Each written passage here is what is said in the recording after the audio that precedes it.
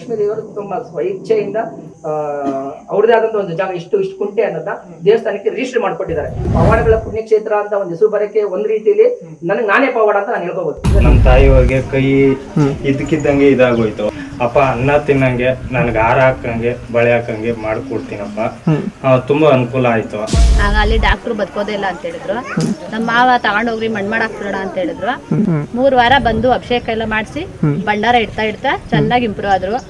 ನಮ್ಗೆ ಆಯುಷ್ಪೂರ ಎಲ್ಲ ಕೊಟ್ಟು ಚೆನ್ನಾಗಿ ಕಾಪಾಡ್ಕೊಂಡು ಬಂದಳೆ ಈ ಅಮ್ಮ. ವೀಕ್ಷಕರೇ ನಮಸ್ಕಾರ. ಸ್ವಾರಸ್ಯ ಮಾಧ್ಯಮ ಚಾನೆಲ್ಗೆ ತಮಗೆಲ್ಲ ಪ್ರೀತಿಪೂರ್ವಕದ ಸ್ವಾಗತ ಸುಸ್ವಾಗತ. ವೀಕ್ಷಕರೇ, ನಮ್ಮ ಹಿಂದೂ ಧರ್ಮದಲ್ಲಿ ಒಂದು ದೇವರು ಒಂದು ದೇವಸ್ಥಾನ ನೆಲೆಗೊಳ್ಬೇಕಾದ್ರೆ ಅತ್ಯಂತ ಒಂದು ಕ್ಷೇತ್ರದ ಮಹಿಮೆ ಹಾಗೂ ಅಲ್ಲಿ ಒಂದು ಸ್ಥಳದ ಮಹಿಮೆ ತುಂಬಾ ಇಂಪಾರ್ಟೆಂಟ್ ಆಗುತ್ತೆ ವೀಕ್ಷಕರೇ. ಅದೇ ರೀತಿ ಈ ಒಂದು ದೇವಸ್ಥಾನದ ಒಂದು ಪರಿಕಲ್ಪನೆ ಮತ್ತೆ ಈ ದೇವಸ್ಥಾನ ಈ ಒಂದು ಜಾಗದಲ್ಲಿ ಯಾಕೆ ನೆಲೆಗೊಳ್ತು ಅನ್ನೋದ್ರ ಬಗ್ಗೆ ಈ ಒಂದು ವಿಡಿಯೋದಲ್ಲಿ ತಮಗೆ ತಿಳಿಸ್ಕೊಳ್ಳುವಂತ ಪ್ರಯತ್ನ ಮಾಡ್ತೇನೆ ವೀಕ್ಷಕರೇ. ಮುಖ್ಯವಾಗಿ ಈಗ ನಾನ್ ಬಂದಿರುವಂತ ಒಂದು ಜಾಗ, ಮುಖ್ಯವಾಗಿ ಈ ಒಂದು ಊರಿನ ಹೆಸರು ಬಂದು ಗೆದ್ದಲಪಾಳ್ಯ. ಇಲ್ಲಿ ನಾನು ನಿಂತಿರೋ ಜಾಗ ಬಂದು ದುರ್ಗೇನಹಳ್ಳಿ ಕೆರೆ ಹಂಗಳ ಅಂತ ಹೇಳಿ. ಸೊ ಈ ಒಂದು ಜಾಗದಲ್ಲಿ ನಿಮ್ಗೆ ಬ್ಯಾಕ್ ಗ್ರೌಂಡ್ ಅಲ್ಲಿ ಕಾಣಿಸ್ತಿರ್ಬೋದು ಶ್ರೀ ರೇಣುಕಾ ಯಲ್ಲಮ್ಮ ನವದುರ್ಗಾ ದೇವಿ ಒಂದು ಸನ್ನಿಧಾನ ಅಂತ ಹೇಳಿ. ಸೊ ಈ ಒಂದು ಜಾಗದ ಮಹತ್ವವನ್ನ ಈ ಒಂದು ವಿಡಿಯೋದಲ್ಲಿ ನಮಗೆ ತಿಳಿಸ್ಕೊಳ್ಳುವಂತ ಪ್ರಯತ್ನ ಮಾಡ್ತೇನೆ ವೀಕ್ಷಕರೇ. ಸೊ ಮೊದಲನೇದಾಗಿ ಕೆರೆ ಅಂಗಳದಲ್ಲಿ ಈ ದೇವರು ನೆಲೆಗೊಂಡಿರುವಂತದ್ದು, ಇಲ್ಲಿ ಸ್ಥಾಪಿತವಾಗಿರುವಂತದ್ದು ತುಂಬಾ ಮುಖ್ಯ ಆಗುತ್ತೆ. ಸೊ ಈ ಒಂದು ಜಾಗದಲ್ಲಿ ಯಾಕೆ ಈ ದೇವರು ನೆಲೆಗೊಂಡಿದೆ, ಮತ್ತೆ ಇಲ್ಲಿ ಭಕ್ತರ ಒಂದು ಪರಿಕಲ್ಪನೆ ಯಾವ ತರ ಇದೆ, ಸೊ ಈ ಭಕ್ತರ ಒಂದು ನಂಬಿಕೆಗಳು ಯಾವ ತರ ಇದೆ, ಈ ದೇವಿಯ ಮಹತ್ವ, ಅಲ್ಲಂತ ಪೂಜಾ ವಿಧಾನಗಳು, ಇಲ್ಲ ಉತ್ಸವಗಳು, ಮುಖ್ಯವಾಗಿ ಇವೆಲ್ಲಾನು ನಿಮ್ಗೆ ತಿಳಿಸ್ಕೊಳ್ಳುವಂತ ಪ್ರಯತ್ನ ಈ ವಿಡಿಯೋದಲ್ಲಿ ತಮಗೆ ಮಾಡ್ಕೊಡ್ತೀನಿ ವೀಕ್ಷಕರೇ. ರೇಣುಕಾ ಯಲ್ಲಮ್ಮ ದೇವಿಯ ಒಂದು ದರ್ಶನ ಮಾಡಿ ತಮಗೆ ಮಾಹಿತಿಯನ್ನ ತಿಳಿಸ್ಕೊಳ್ಳುವಂತ ಪ್ರಯತ್ನ ಮಾಡ್ತೀನಿ. ಬನ್ನಿ ವೀಕ್ಷಕರೇ, ಮೊದಲು ದೇವರ ದರ್ಶನ ಮಾಡೋದು.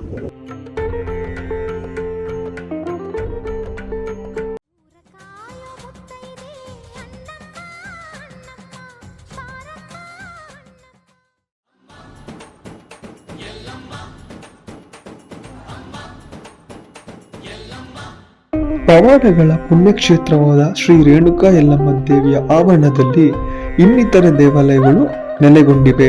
ಮುಖ್ಯವಾಗಿ ಆಂಜನೇಯ ಸ್ವಾಮಿ, ಮುನೀಶ್ವರ ಸ್ವಾಮಿ, ನಾಗದೇವತೆ, ದಂಡಿ ಮಾರಮ್ಮ, ನವದುರ್ಗೆಯರು ಮತ್ತು ಭದ್ರಕಾಳಿ ದೇವಿಯರು ಈ ಕ್ಷೇತ್ರದಲ್ಲಿ ನೆಲೆಗೊಂಡಿದ್ದಾರೆ. ಘಾಟಿ ಸುಬ್ರಹ್ಮಣ್ಯ ದೇವಸ್ಥಾನಕ್ಕೆ ಬರುವಂತಹ ಭಕ್ತರು ಈ ಕ್ಷೇತ್ರವನ್ನು ಸುಲಭವಾಗಿ ತಲುಪಬಹುದಾಗಿದೆ. ಗೆದ್ದಲಪಾಳ್ಯ ಗ್ರಾಮಕ್ಕೆ ಆಗಮಿಸಿದ ನಂತರ ದುರ್ಗೇನಹಳ್ಳಿ ಕೆರೆ ಹಂಗಳದ ರಸ್ತೆಯ ಮೂಲಕ ಶ್ರೀ ಕ್ಷೇತ್ರ ರೇಣುಕಾ ಯಲ್ಲಮ್ಮ ದೇವಸ್ಥಾನಕ್ಕೆ ತಲುಪಬಹುದಾಗಿದೆ. ವೀಕ್ಷಕರೇ, ಈ ರೇಣುಕಾ ಯಲ್ಲಮ್ಮ ದೇವಿ ಒಂದು ಸನ್ನಿಧಾನಕ್ಕೆ ಬರ್ಬೇಕಾದ್ರೆ ಬೆಂಗಳೂರಿಂದ ನಿಮ್ಗೆ 60 ಕಿಲೋಮೀಟರ್ ಡಿಸ್ಟೆನ್ಸ್ ಆಗುತ್ತೆ. ತುಮಕೂರಿಂದ 65 ಕಿಲೋಮೀಟರ್ ಆಗುತ್ತೆ. ನಂತರ ನೀವು ದೊಡ್ಡಬಳ್ಳಾಪುರದಿಂದ ಬರೋದಾದ್ರೆ 16 ಕಿಲೋಮೀಟರ್ ಡಿಸ್ಟೆನ್ಸ್ ಆಗುತ್ತೆ. ನಂತರ ನೀವು ಬೆಂಗಳೂರು ಏರ್ಪೋರ್ಟ್ ಇಂದ ಬರೋದಾದ್ರೆ 45 ಕಿಲೋಮೀಟರ್ ಹತ್ರವನ್ನು ಇದು ಒಳಗೊಂಡಿದೆ. ಮುಖ್ಯವಾಗಿ ನಿಮ್ಗೆ ಎಲ್ಲಾ ಮಾರ್ಗಗಳಿಂದನೂ ಕೂಡ ನೀವು ಇಲ್ಲಿಗೆ ಬರೋದಕ್ಕೆ ಬಸ್ ವ್ಯವಸ್ಥೆ ಕೂಡ ಇದೆ. ಸೊ ಯಾವುದೇ ಮಾರ್ಗದಿಂದ ಬರೋದು ಕೂಡ ಒಂದು ಅನುಕೂಲಕರವಾಗಿದೆ. ಮುಖ್ಯವಾಗಿ ಹಳ್ಳಿ ಸಮೀಪದಲ್ಲಿ ನೀವು ಪ್ರೈವೇಟ್ ವಾಹನಗಳು ನಂಬ್ಕೋಬೇಕಾದ್ರೆ ಬಸ್ಸು ಮುಖಾಂತರ ಅಥವಾ ರೈಲ್ ಮುಖಾಂತರ ಬರೋರು, ಅಥವಾ ಸಿಂಗಲ್ ನೀವು ಗಾಡಿಗಳಲ್ಲಿ ಬರೋದಾದ್ರೆ ಅಥವಾ ಕಾರುಗಳಲ್ಲಿ ಬರೋದಾದ್ರೆ ಸೀದಾ ಒಂದು ಮ್ಯಾಪ್ ವ್ಯವಸ್ಥೆ ಕೂಡ ಇದೆ. ಆ ಮ್ಯಾಪ್ ಮುಖಾಂತರ ನೀವು ಬರಬಹುದಾಗಿದೆ. ವೀಕ್ಷಕರೇ, ಶ್ರೀ ಕ್ಷೇತ್ರ ರೇಣುಕಾ ಯಲ್ಲಮ್ಮ ದೇವಿ ಸನ್ನಿಧಾನದ ಒಂದು ಮುಖ್ಯ ವ್ಯಕ್ತಿನ ಇವತ್ತು ನಾನು ಒಂದು ಪರಿಚಯ ಮಾಡ್ಕೊಳ್ಳುವಂತ ಪ್ರಯತ್ನ ಮಾಡ್ತೀನಿ ವೀಕ್ಷಕರೇ. ಮುಖ್ಯವಾಗಿ ಇವರ ಒಂದು ವಿಷಯ ಬಗ್ಗೆ ನಾನು ಹೇಳೋದಾದ್ರೆ, ಮೊದಲು ಭಕ್ತರಾಗಿ ಬಂದು ನಂತರ ಒಂದು ಟ್ರೆಜರರ್ ಆಗಿ ಕೆಲಸ ಮಾಡ್ತಿದ್ದಾರೆ. ನಂತರ ಅವರ ಪತ್ನಿ ಗಗನ ಅವರು ಈಗ ಜನರಲ್ ಸೆಕ್ರೆಟರಿ ಕೆಲಸ ಮಾಡ್ತಿದ್ದಾರೆ. ಸೊ ವಿನಯ್ ಜಯರಾಮ್ ಅವರು ಮತ್ತೆ ಧರ್ಮಪತ್ನಿ ಆದಂತ ಗಗನ ಅವರು ನಮ್ಮ ಜೊತೆಗಿದ್ದಾರೆ. ಸೊ ಈ ದೇವಸ್ಥಾನದ ವಿಚಾರವಾಗಿ ಅವ್ರ ಹತ್ರ ಮಾತಾಡ್ಸೋದು ಒಂದು ಪ್ರಯತ್ನ ಮಾಡ್ತೀನಿ ವೀಕ್ಷಕರೇ. ಸೊ ನಮಸ್ಕಾರ. ನಮಸ್ಕಾರ. ಮೊದಲನೇದಾಗಿ ನೀವು ಈ ಒಂದು ಕ್ಷೇತ್ರಕ್ಕೆ ಬರೋದಕ್ಕೆ ಮುಖ್ಯ ಕಾರಣ ಬೇಕಾಗಿತ್ತು. ಯಾಕಂದ್ರೆ ನೀವು ಸುಮ್ಮನೆ ಕಜನ್ಸ್ ಡೆರಲ್ಟ್ ಆಗಿರಿ, ಅದು ಕ್ವಶನ್ ಆಗಿ ಮಾತಾಡಾಗ್ತಿರ್ಲಿಲ್ಲ. ಸೊ ಹಂಗಾಗಿ ನಾನು ಕೇಳ್ತಿದ್ದೀನಿ, ನಿಮ್ಮ ಒಂದು ಮೊದಲ ಭೇಟಿ ಯಾವ ಒಂದು ಕ್ಷಣದಲ್ಲಿ ಆಯ್ತು ಅಂತ. ನಮಸ್ಕಾರ ವೀಕ್ಷಕರೇ, ನನ್ನ ಹೆಸರು ವಿನಯ್ ಜಯರಾಮ್. ನಾನು ಮೂಲತಃ ಮಂಡ್ಯ ಜಿಲ್ಲೆಯನ್ನು, ಈಗ ಬೆಂಗಳೂರಲ್ಲಿ ವಾಸವಾಗಿದ್ದೇನೆ. ಈಗ ತ್ಯಾಗು ಅವರು ಕೇಳಿದ ಪ್ರಶ್ನೆಗೆ ನಾನು ಸಿಂಪಲ್ ಆಗಿ ಆನ್ಸರ್ ಹೇಳಕ್ಕೆ ಪ್ರಯತ್ನ ಪಡ್ತೇನೆ. ನಾನು ಮುಂಚೆ ನಾಸ್ತಿಕನಾಗಿದೆ ಅಂತ ಬೇಕಾದ್ರೆ ಹೇಳ್ಬೋದು. ಅಂದ್ರೆ ನಾನು ಕಂಪ್ಲೀಟ್ಲಿ ಏನು ಹೌದೌದು, ನಾನು ದೇವ್ರನ್ನ ಅಷ್ಟು ನಂಬ್ತಾ ಇರ್ಲಿಲ್ಲ ನಾನು. ಸೊ ಜನರಲ್ ಆಗಿ ಏನಾಗ್ತಿತ್ತು ಅಂದ್ರೆ, ನಮ್ಮ ಮನೆಯಲ್ಲಿ ವರ್ಷಕ್ಕೆ ಒಂದೇ ಒಂದ್ಸಲಿ ಮಾತ್ರ ನಾನು ದೇವ್ರ ಮನೆ ಹೋಗ್ತಾ ಇದ್ದೆ. ಎಸ್ಪೆಷಲಿ ಅದು ಮಾಲೆ ಅಮಾವಾಸ್ಯೆ ಅಂತ ಕರೀತಾರಲ್ಲ, ಆ ಟೈಮಲ್ಲಿ ಮನೆ ಪೂಜೆಗೋಸ್ಕರ ನಾವು ಮನೇಲಿ ಪೂಜೆ ಮಾಡ್ತಿದ್ದೆ. ಬಟ್ ಒಂದ್ಸಲಿ ಏನಾಯ್ತು ಅಂದ್ರೆ, ನನ್ನ ಸ್ನೇಹಿತರ ತಮ್ಮ ಮಹೇಶ್ ಅಂತ, ಅವರಿಂದ ಈ ದೇವಸ್ಥಾನ ನಂಗೆ ಪರಿಚಯ ಆಯ್ತು. ಸ್ಟಾರ್ಟಿಂಗ್ ಅಲ್ಲಿ ಏನಂದ್ರೆ, ನಾವು ಕೆಲವು ಆಶ್ರಮಗಳಿಗೆ ಮತ್ತು ಕೆಲವು ಏನಂತೀರ ಆರ್ಫನೇಜ್ ಅಂತ ಕರೀತಾರಲ್ಲ, ಅಲ್ಲಿ ನಾವು ಸೇವೆ ಸಲ್ಲಿಸ್ತಾ ಇದ್ವಿ. ಸೊ ನನ್ನ ಫ್ರೆಂಡ್ ಬಂದ್ಬಿಟ್ಟು ಕೇಳ್ದ, ಈ ಕ್ಷೇತ್ರದಲ್ಲಿ ಅಂದ್ರೆ 2017 ಇರ್ಬೇಕು ಬಹುಶಃ, ಆ ಟೈಮಲ್ಲಿ 16-17 ಆ ಟೈಮಲ್ಲಿ ಅವ್ರು ಬಂದು ನಂಗೆ ಕೇಳ್ದ, ನಮ್ಮ ಕ್ಷೇತ್ರದಲ್ಲಿ ಏನಾದ್ರು ನೀವು ಸಹಾಯ ಮಾಡೋಕ್ಕಾಗುತ್ತಾ ಅಂತ ಕೇಳ್ದ. ಅದಕ್ಕೆ ನಾನು ಹೇಳಿದೆ ಸರಿಯಪ್ಪ ನಾನು ಪ್ರಯತ್ನ ಪಡ್ತೀನಿ ಅಂತ ಹೇಳ್ಬಿಟ್ಟು ಅಲ್ಲ ಲಕ್ಷ್ಮೀದೇವಿ ಅಂತ ಈ ಮೂಲ ಅರ್ಚಕರಿಗೆ ಅಲ್ಲಿ ಅವ್ರಿಗೆ ನಾನು ಕಾಲ್ ಮಾಡಿದೆ. ಅವ್ರು ಕಾಲ್ ಮಾಡಿದ್ರೆ ಅವ್ರ ಮೂಲಕ ನನಗೆ ಕಾಲ್ ಬಂತು. ಮಾತಾಡಿದಾಗ ಆಯ್ತಮ್ಮ ನಾನು ಜಾತ್ರೆಗೆ ಬಂದ್ಬಿಟ್ಟು ನನ್ನ ಕೈಲಾದ ನಾನು ಸೇವೆ ಮಾಡ್ತೀನಿ ಅಂತ ನಾನು ಹೇಳಿದೆ. ಸೊ ಅವಾಗ ನಾನು ಮೊದಲನೇದಾಗಿ ಬಂದು ನಾನು ಇಲ್ಲಿ ತಾಯಿಗೆ ಅನ್ನ ಅಂದ್ರೆ ಅಕ್ಕಿ ಕೊಟ್ಟೆ. ನಾನು ಅಕ್ಕಿ ಕೊಟ್ಟಿದ ನಂತರ ಏನಾಯ್ತು, ಆ ಕಾಲಕ್ರಮೇಣ ಒಂದೊಂದೇ ಸ್ಟೆಪ್ ಬೈ ಸ್ಟೆಪ್ ನನಗೆ ಇಲ್ಲಿ ಒಂದು ಪಾಸಿಟಿವ್ ಎಫೆಕ್ಟ್ಸ್ ಫೀಲ್ ಆಯ್ತು. ಅದಕ್ಕೆ ಮುಖ್ಯ ಕಾರಣ ಅಂದ್ರೆ ನನ್ನ ಹೆಂಡತಿ. ಅಂದ್ರೆ ಇದಕ್ಕೆ ಕಾರಣ ಏನು ಅಂತ ಅವರೇ ಹೇಳ್ತಾರೆ. ಅಂದ್ರೆ ಈಗ ಸರ್ ಎಲ್ಲ ನೀವು ಕಾರಣ ಅಂತಿದ್ದಾರೆ. ಸೊ ಬೇಸಿಕ್ಲಿ ನೀವು ದೇವ್ರನ್ನ ನಂಬ್ತೀರಾ? ನಮ್ಮ ಮನೆ ಕಡೆ ನಾವೆಲ್ಲ ನಂಬ್ತಾ ಇದ್ವಿ, ಬಟ್ ಇವ್ರು ಅಷ್ಟಾಗಿ ಏನು ನಂಬ್ತಾ ಇರ್ಲಿಲ್ಲ. ಮತ್ತೆ ನಂಬಿಕೆ ಬರುವಂತ ಕೆಲಸ ಏನ್ ಮಾಡಿದ್ರಿ? ನಾನೇನಿಲ್ಲ, ಎಲ್ಲ ಅವ್ರ ಪವಾಡ ಹೆಸರೇ ಇದೆಯಲ್ಲ ಪವಾಡಗಳ ಪುಣ್ಯಕ್ಷೇತ್ರ.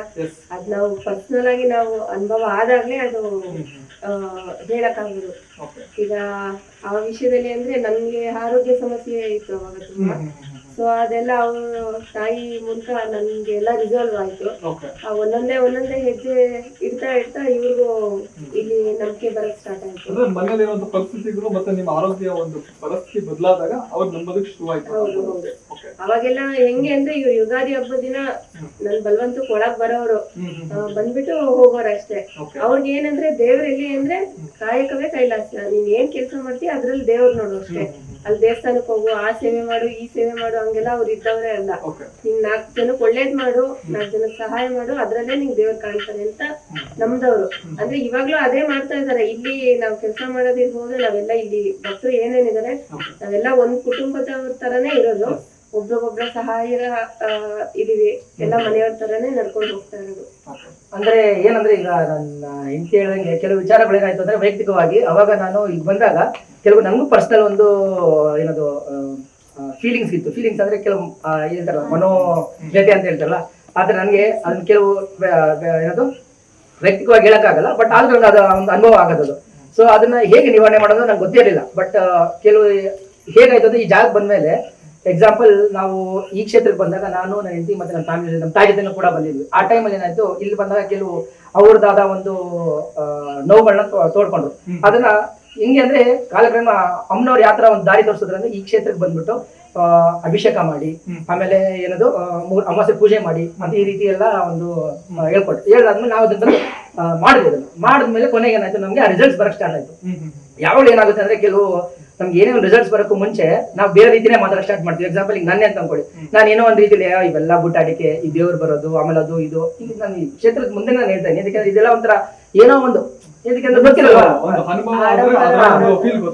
ಸೊ ಈಗ ಅದಕ್ಕೆ ನಾನೇ ಅದಕ್ಕೆ ಎಕ್ಸಾಂಪಲ್, ನಾನು ಲೈವ್ ಎಕ್ಸಾಂಪಲ್. ಅದಕ್ಕೆ ಇಲ್ಲಿ ಪವಾಡಗಳ ಪುಣ್ಯಕ್ಷೇತ್ರ ಅಂತ ಒಂದು ಹೆಸರು ಬರಕ್ಕೆ ಒಂದ್ ರೀತಿಯಲ್ಲಿ ನನಗೆ ನಾನೇ ಪವಾಡ ಅಂತ ನಾನು ಹೇಳ್ಕೋಬಹುದು. ರೀಸನ್ ಇದೆ, ಬಿಕಾಸ್ ದಟ್ ಒಂದು ಟ್ರಾನ್ಸ್ಫಾರ್ಮೇಶನ್ ಅಂತ ಹೇಳ್ತಾರಲ್ಲ, ಆ ಟ್ರಾನ್ಸ್ಫಾರ್ಮೇಶನ್ ನನ್ನಲ್ಲಿ ಆಗಿದಂತದ್ದು.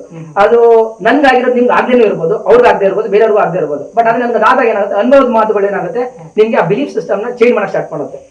ಸೊ ಅವಾಗ ಏನಾಯ್ತು, ನನ್ಗೆ ಇಲ್ಲಿ ಕೆಲವು ನನ್ಗೆ ಒಂದು ಸಮಸ್ಯೆಗಳು ಮತ್ತೆ ಪರಿಸ್ಥಿತಿಗಳು ಮತ್ತೆ ನನ್ನ ಹೆಂಡತಿಯ ಅನುಭವಿಸಿದಂತ ಕೆಲವು ವೈಯಕ್ತಿಕ ಕಾರಣಗಳೆಲ್ಲ ಏನಾಯ್ತು, ಸ್ಲೋಲಿ ನಮ್ಮ ಭಕ್ತಿ ಮತ್ತು ಸೇವೆಯಿಂದ ಏನಾಯ್ತು, ತಾಯಿ ಒಂದು ದಾರಿ ಮಾಡ್ಕೊಡಕ್ ಸ್ಟಾರ್ಟ್ ಮಾಡಿದ್ರು.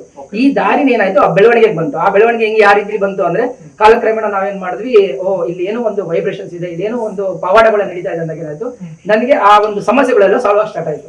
ಈ ಒಂದು ಸೊಲ್ಯೂಷನ್ ಬೇಸಿಸ್ ಮೇಲೆ ನಾನು ಇಲ್ಲಿ ತಾಯಿನ ನಂಬ್ಕೊಂಡು ಈಗ ಅದನ್ನೇ ನನ್ನ ವೈಯಕ್ತಿಕವಾದ ಜೀವನದಲ್ಲಿ ಈಗ ನಂಬ್ತಿರೋ ಬಿಡ್ತೀನಿ. ನಾನು ಅವಾಗ ವರ್ಷಕ್ಕೆ ಒಂದ್ಸಲಿ ಪೂಜೆ ಮಾಡ್ತಾ ಇದ್ದೇನೋ, ಈಗ ಪ್ರತಿನಿತ್ಯ ತಣ್ಣೀರ್ನಲ್ಲಿ ಸ್ನಾನ ಮಾಡದೆ ಪೂಜೆ ಮಾಡದೆ ನಾನು ಈಚೆ ಬರಲ್ಲ. ಸೊ ಅಂತ ಬದಲಾವಣೆ ತಾಯಿ ಮಾಡಿಸ್ಕೊಟ್ಟಿದ್ದಾರೆ. ಸೊ ಪವಾಡ ಅಂತಾನೆ ಅಂತ ಹೇಳ್ಬೋದು. ಇದು ಒಂದು ಪಾಯಿಂಟ್. ಆದ್ರೆ ಇನ್ನು ನೀವು ಮೊದಲನೇ ವಿಚಾರ ಏನ್ ಹೇಳಿದ್ರೆ ಅಂದ್ರೆ, ಇಲ್ಲಿ ಟ್ರೆಜರರ್ ಆಗಿ ಹೇಗೆ ನೇಮಕ ಆದ್ರೆ ಅಂತ. ಸೊ ಆ ಟ್ರೆಜರರ್ ಆಗಕ್ಕೂ ಮುಂಚೆ ನಾನು ಈ ಕೆಲವು ಪೋರ್ಷನ್ಸ್ ಏನೇನು ಹೇಳಿದೆ ನಿಮ್ಗೆ.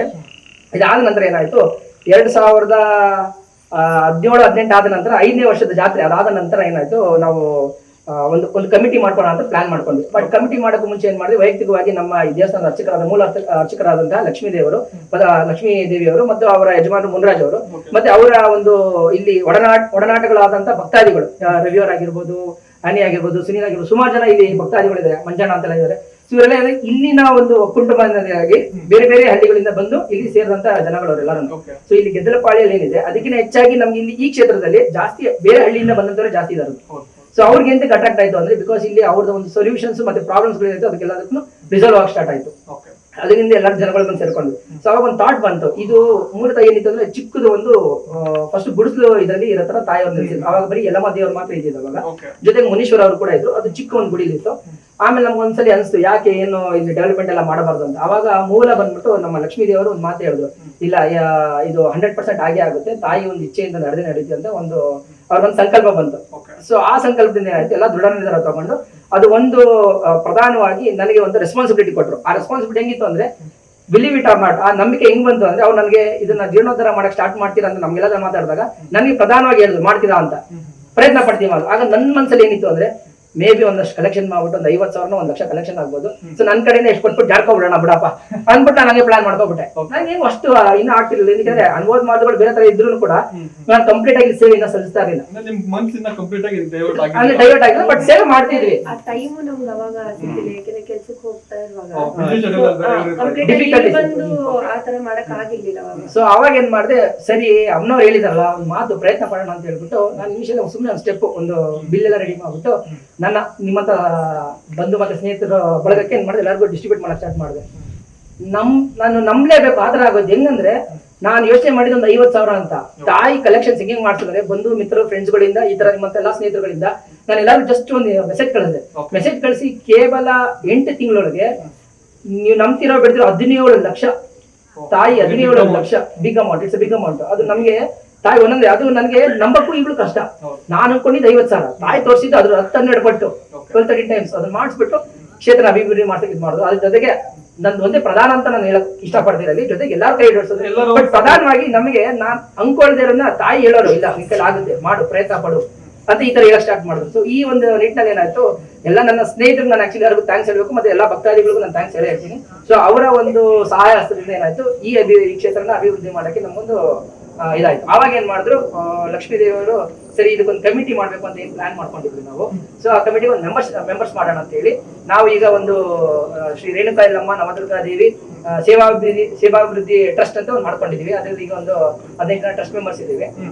ಸೊ ಅದ್ರ ಜೊತೆಗೆ ನಾವು ಅದರಲ್ಲಿ ಒಬ್ಬೊಬ್ಬರಿಗೆ ಅಂತ ಒಂದೊಂದು ಸದಸ್ಯರಾಗಿ ನೇಮಕ ಮಾಡ್ಕೊಂಡಿದ್ದೀವಿ. ಅದ್ರಲ್ಲಿ ಈಗ ನಾನು ಟ್ರೆಜರರ್ ಆಗಿ ಇದು ಮಾಡ್ತಾ ಇದ್ದೀನಿ, ಮತ್ತು ಇವರು ಜನರಲ್ ಸೆಕ್ರೆಟರಿ ಆಗಿ ನೇಮಕ ಆಗಿದ್ದಾರೆ.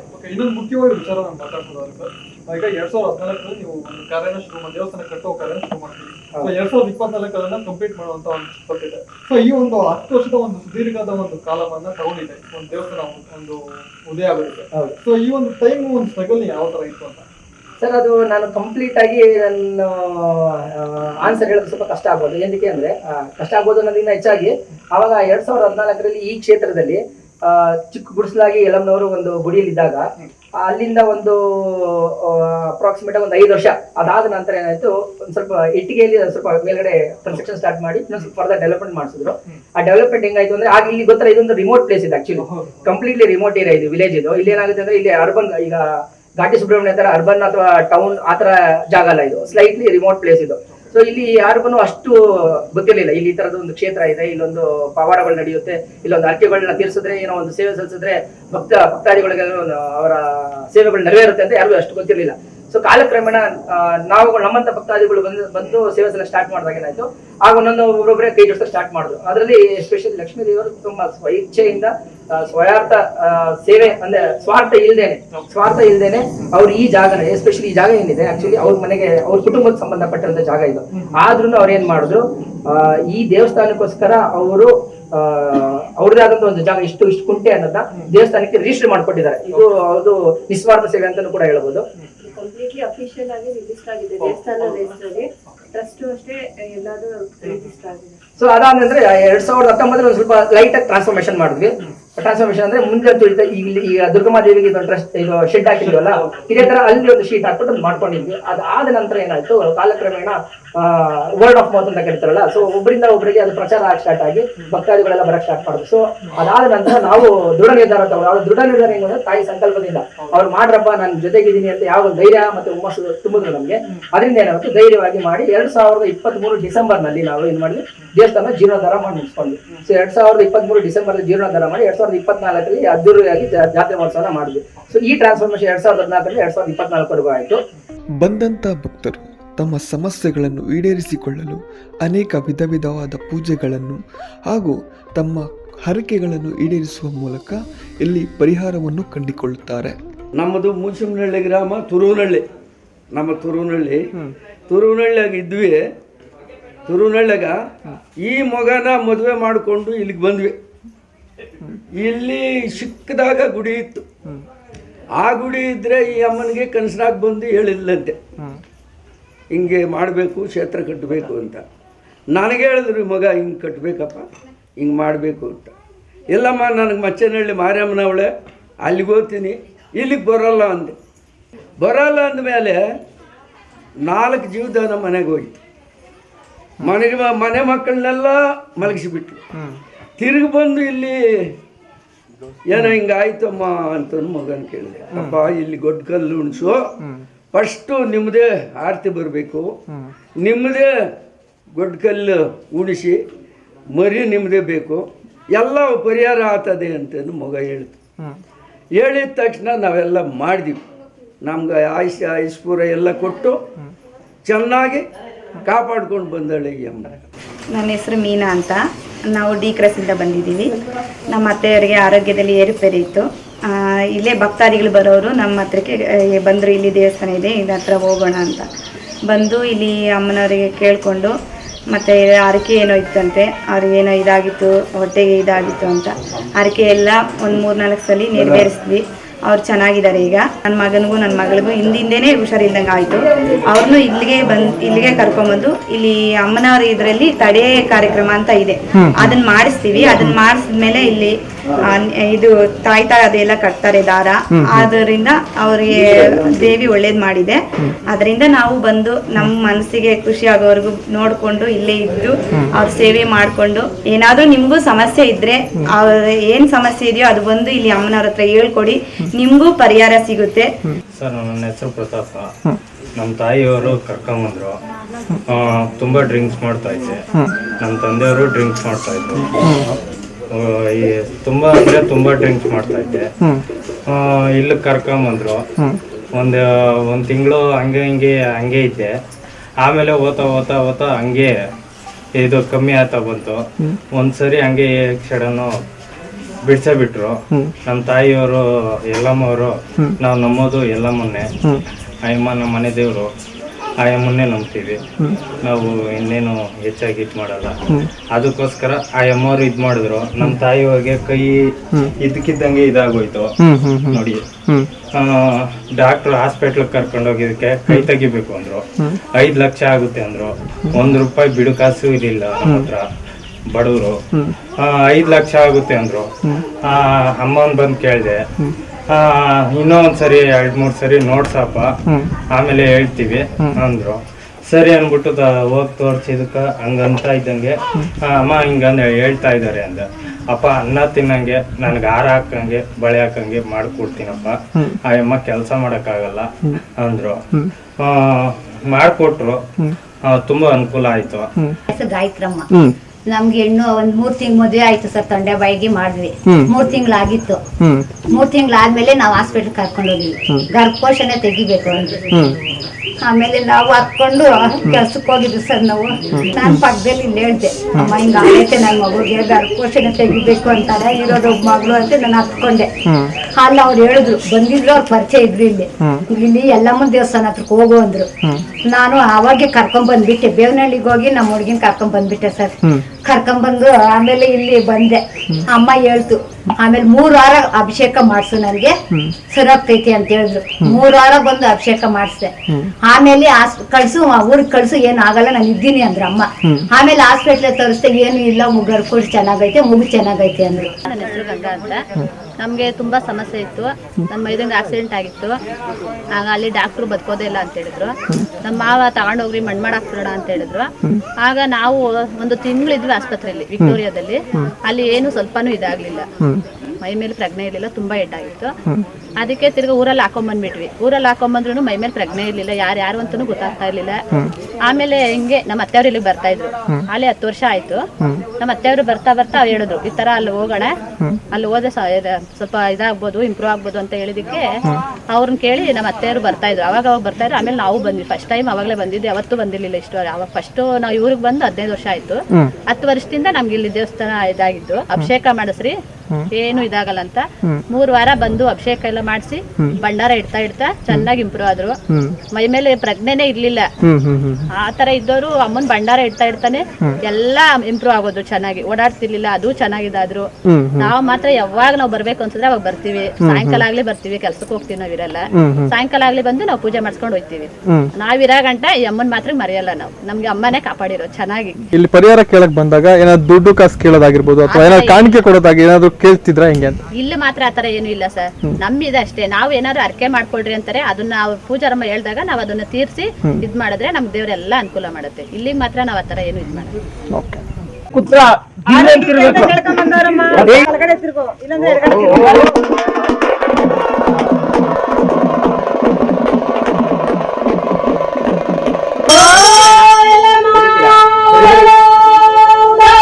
ಮಹಿಳೆಯರ ಮುಂದೆ ಹೇಳ್ಬೇಕು ಅಂತಿರಲಿಲ್ಲ. ಬಂದು ಸುಮ್ಮನೆ ಹಿಂಗೆ ಕುತ್ಕೊಂಡು ಧ್ಯಾನದಲ್ಲಿದ್ದಾಗ ಅವರಲ್ಲಿ ಕಷ್ಟ ಆಗ್ಬೋದು, ಸುಖ ಆಗ್ಬೋದು, ಅವ್ರು ಏನಕ್ಕೆ ಬಂದಿದ್ದಾರೆ ಅಂತಲೂ ಸಹ ನನಗೆ ಗೊತ್ತಾಗುತ್ತೆ.